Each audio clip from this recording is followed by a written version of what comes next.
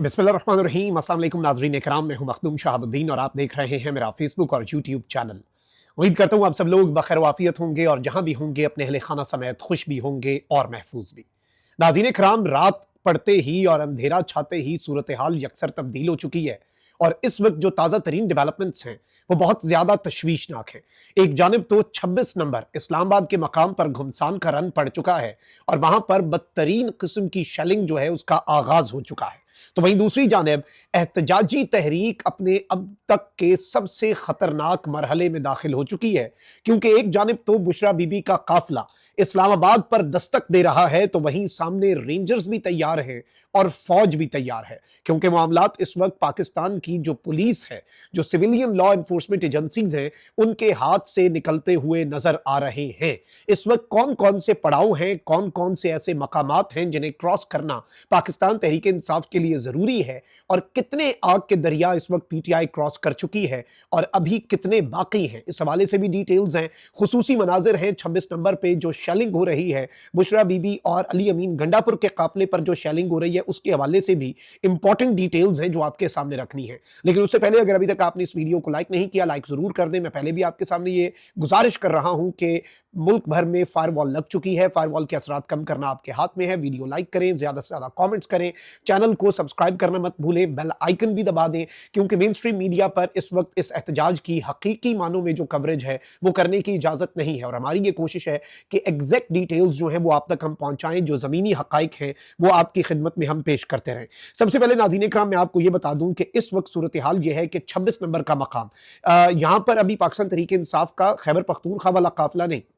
इस्लामाबाद रावलपिंडी के जो कारकुनान हैं उन्होंने 26 नंबर पर और 0 पॉइंट पर बेसिकली एंगेज करना है इस वक्त पुलिस को और दीगर जो कानून नाफिज करने वाले इदारे हैं, क्योंकि वहां पर दूसरी जानिब से जो खैबर पख्तूनख्वा से काफिला आ रहा है। अच्छा, यहां पर एक और विजुअल्स जो हैं उन्होंने बड़ी इस वक्त एक जिसे आप कहते हैं ना धूम मचा दी है। बुशरा बीबी साहिबा कंटेनर से निकली और मुक्का लहराया है, और ये मुक्का जो है इमरान खान साहब के एक मुक्के की याद दिलाता है। इमरान खान साहब ने भी इसी तरह से जख्मी इमरान खान ने मुक्का लहराया था और उसने पूरे का पूरा मंजर पलट दिया था। बुशरा बीबी साहिबा जिन्होंने अपने शौहर की रिहाई की इस तहरीक का बेड़ा उठा लिया है, सियासत में वो नहीं आ रही, सियासत में बुशरा बीबी साहिबा नहीं आ रही, मैं बार बार ये रिपीट कर रहा हूं, लेकिन वो अपने शौहर की रिहाई के लिए आखिरी दम तक लड़ने का, और आखिरी वो भी रह गई तो अकेले लड़ने का ऐलान कर चुकी हैं। लोग जो हैं इस वक्त वो चार्ज्ड हैं बुशरा बीबी को इस तरह से देख के कि एक खातून अगर निकली है तो अब कहां पर वो साथ छोड़ेंगे। खैबर पख्तूनख्वा के काफिले में जितने पठान मौजूद हैं उन्हें बुशरा बीबी ने कहा कि मुझे पता है कि पठान साथ नहीं छोड़ते,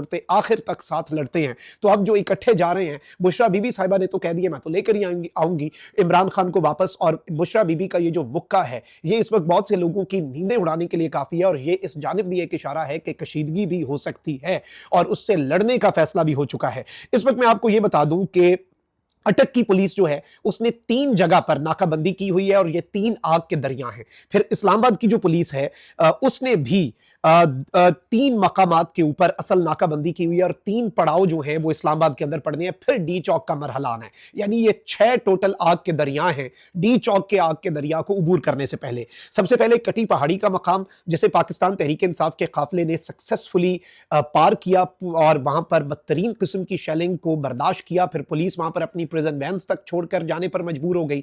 वहीं केपी का एक दूसरा काफिला है, उन्होंने पीटीआई के कारकुन पकड़े, कारकुनों ने पुलिस के एहलकार पकड़ लिए। उमर अमीन गंडापुर के साथ जी डीआईजी साहब ने वहां पर मुज़ाकरात किए और कैदियों के तबादले चल रहे हैं। ये इस वक्त हालात हैं, मतलब आप यहां से अंदाजा कर लें कि सूरत हाल कितनी गंभीर, कितनी तशवीशनाक है।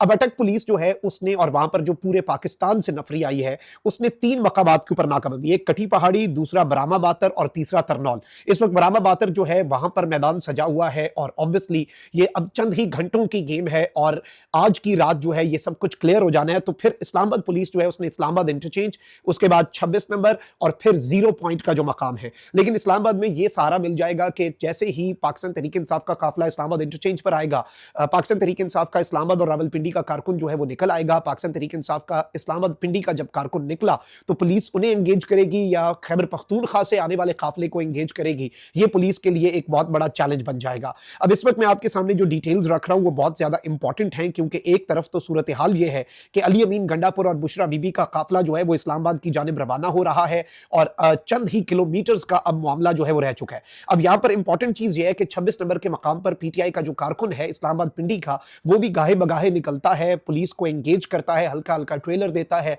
और वहां पर भी आंख मचोली जो है वो जारी है। 26 नंबर का कंट्रोल जो है वो रेंजर्स के हवाले कर दिया गया है। अंधेरा छाते ही वहां पर लाइट्स जो हैं वो बंद कर दी गई हैं। मीडिया को भी 26 नंबर की कवरेज जो है उससे रोक दिया गया है।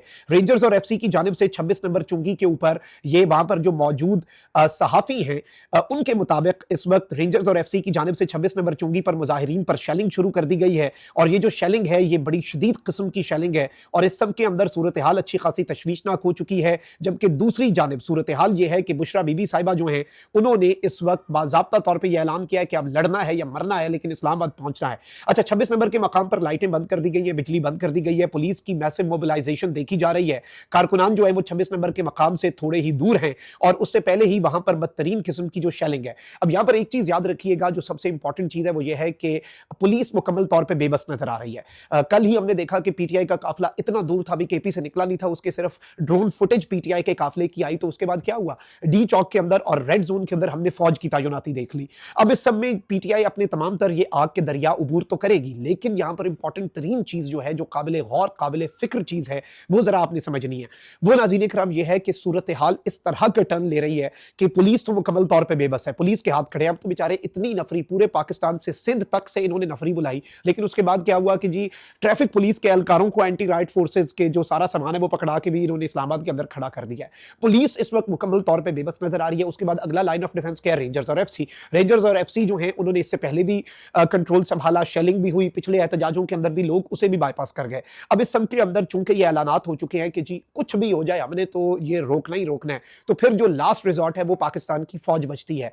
आर्टिकल 245 जो है उसके तहत पाकिस्तान की फौज को सिक्योरिटी के लिए किसी भी लम्हे तलब किया जा सकता है और पूरे के पूरे शहर इक़्तिदार इस्लामाबाद, रेड जोन की सिक्योरिटी तो वैसे ही फौज के पास है, पूरे के पूरे इस्लामाबाद की सिक्योरिटी जो है वो भी वफाकी काबीना से मंजूरी लेके और फौरी तौर पे सर्कुलेशन समरी के जरिए ये चांसेस हैं कि जैसे ही हालात बिगड़ते हैं तो आगे फौज जो है उसे भी डिप्लॉय किया जा सकता है। इस सब के अंदर एक तरफ अली अमीन गंडापुर और बुशरा बीबी का काफिला जिसमें लाखों लोग हैं खैबर पख्तूनख्वा से, बिल्कुल इस वक्त अपना सारा लाव लश्कर लेकर अली अमीन गंडापुर जो है वो पहुंच रहे हैं और साथ बुशरा बीबी साहिबा जो हैं उन्होंने जिस तरह से लोगों का हौसला बढ़ाया है उसकी मिसाल ही नहीं मिलती।